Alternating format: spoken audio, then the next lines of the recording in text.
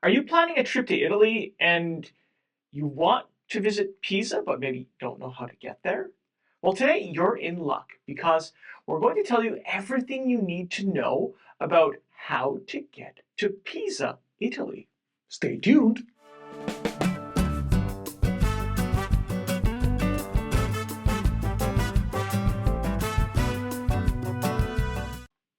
Hi, everyone. I'm Rick. And I'm Andrea, and today we'll tell you all you need to know about how to get to Pisa, Italy. But first, if you like travel-related videos like this one, now it is a great time to hit the subscribe button down below so you'll never miss any future videos. Well, that's great advice. And by the way, why don't you consider sharing this video maybe on social media because maybe one of your friends might also want to know how to get to Pisa as well. Absolutely. So let's begin our video on how to get to Pisa by talking about where is Pisa. Well, where is Pisa? Good question. Pisa is located in the beautiful Tuscany region, about 83 kilometers or 51 miles west of Florence, the capital of Tuscany. Which is really beautiful. It is really beautiful. Pisa is also located very close to the Tyrrhenian Sea and the cruise port of Livorno, that is only 25 kilometers or 15 miles west of the city center. If you're coming from Rome, Pisa is located about 365 kilometers or 226 miles northwest. So it's quite a way. Lastly, distance from Venice to Pisa is approximately 330 kilometers or 205 miles. Pisa is known all over the world for its famous Leaning Tower, but we strongly recommend you to visit the historic city center of the city as well, because it's really beautiful.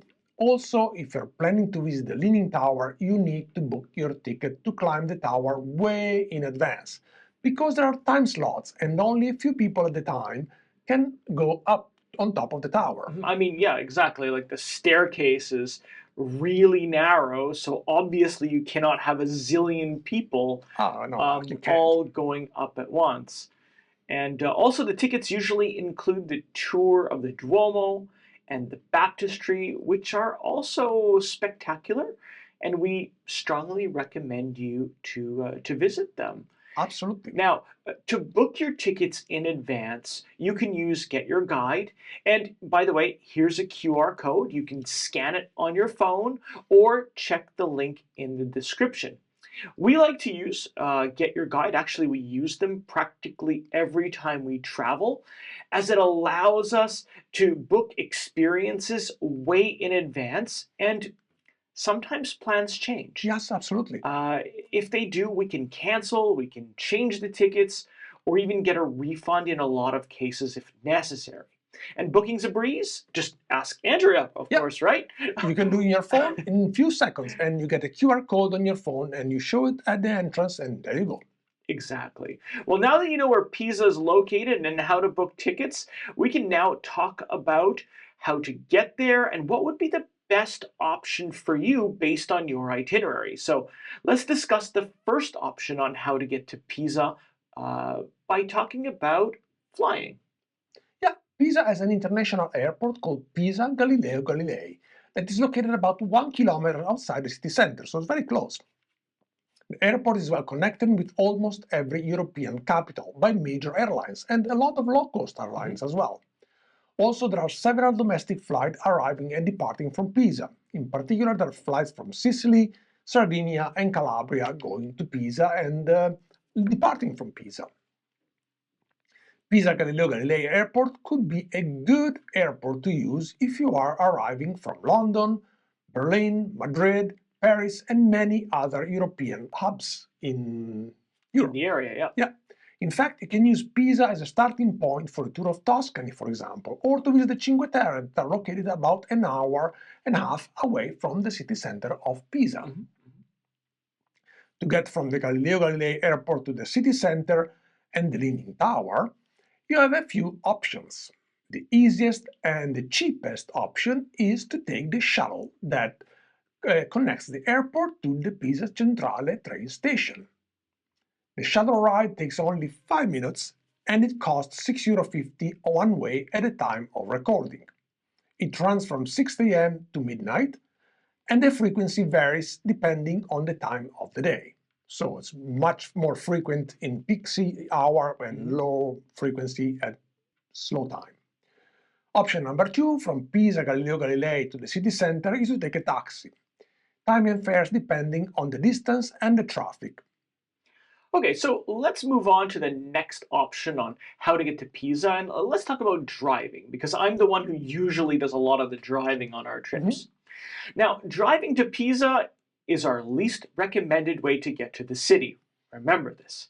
In fact, we would only ever recommend driving there if maybe you're doing a road trip in Italy or in Tuscany, but for that you should have a driver anyway because there's so much wine tasting to do, right? Okay, so Pisa city center, like practically every other city center in Italy, is going to have a lot of what they call limited traffic zones, or ZTL in Italian. And driving in one by mistake will result in a very expensive fine, and it could arrive like a year later. However, if you are driving to Pisa, there is good news. There's a huge paid parking lot just a few steps away from the Leaning Tower. So if you do decide to drive to Pisa, we strongly recommend you to park there and walk to the city center to avoid getting fined being in the ZTL. Absolutely. Alternatively, if you're spending the night in Pisa, which is very nice, you should look for hotels that have free parking. Or parking in general. Yeah. Let's explore our next option about how to get to Pisa, and that's by train. In our opinion, the train is the easiest and the most efficient way to get to Pisa. In order to get to Pisa from Milan, from Venice, from Rome, or from Naples, you can take the high-speed train to Florence, and the station in Florence that you have to pick is Santa Maria Novella station. From there, you can take the regional train to Pisa Centrale. And from Florence to Pisa, the train ride takes between 51 minutes to an hour and 20 minutes, depending on how many stops the train does. Train runs very frequently, approximately every 20-25 minutes during the day, and the cost at the time of recording is about €9.50 or so. And because you watch our video, you already know how to use the regionale trains in Italy and how to validate your ticket, right? Well, if you don't, you can check the video up here that covers this topic in depth. Yes, it's a very exciting video. Absolutely. All right, so now once you arrive at Pisa Centrale, how do you get to the Leaning Tower? Well, in our opinion, the best way to get to the tower from Pisa Centrale is by walking. The walking takes about 15 minutes, and it is extremely nice, especially if the weather is cooperative. In fact, you'll walk down the narrow street within the historic city center of Pisa, and you'll walk by the University of Pisa with its stunning frescoed facade. And did you know that Galileo Galilei actually taught here at this university? Yeah, absolutely. Also, in the historic city center, you'll also find many places to eat or just sit for a nice glass of the local Chianti, or if you're feeling a little hungry, try the Fiorentina. By the way, we'll leave a link in the description to download the map to walk from Pisa Centrale to the Leaning Tower. Absolutely. Moving on to the next option, how to get to Pisa, Italy, and we talk about getting to Pisa from the cruise ship. Oh, now that's a fun way to get Absolutely. to Pisa. Arrive by cruise ship. If you are by cruise ship at the port of Livorno, you can easily reach Pisa to visit the tower and the city. To get to Pisa from the cruise terminal, you can use the cruise line excursion, of course, or you can do it independently, which we think is much more convenient. Absolutely. Also, if you plan to change, you can often cancel your excursion for a refund. If you decide to do it independently, you have two options. The first one is to take a taxi or walk for about 20 minutes to the Livorno Centrale train station. From there, you can take a train to Pisa Centrale that takes about 15 minutes. The second option, and the more convenient option, is to take a transfer from Livorno to Pisa. You can scan the QR code here or visit the link in the description below to check out transfer that you can book, and there are so many options that you can take from the cruise ship port to the Leaning Tower.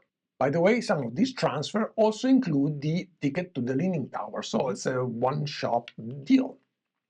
You can also buy the tours that include Pisa and Florence, but in our opinion, visiting the two cities in one day might be a little bit rushed, and you don't have enough time to enjoy both of these stunning cities.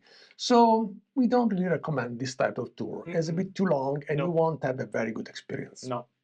Well, folks, this is what we have for you today. We hope you enjoyed this video and you learned how to get to Pisa during your next trip to Italy, right? As usual, if you have any questions, feel free to leave a comment below because we love to hear back and answer your questions the best we can. In the meantime, we will see you on our next video. Ciao. Ciao!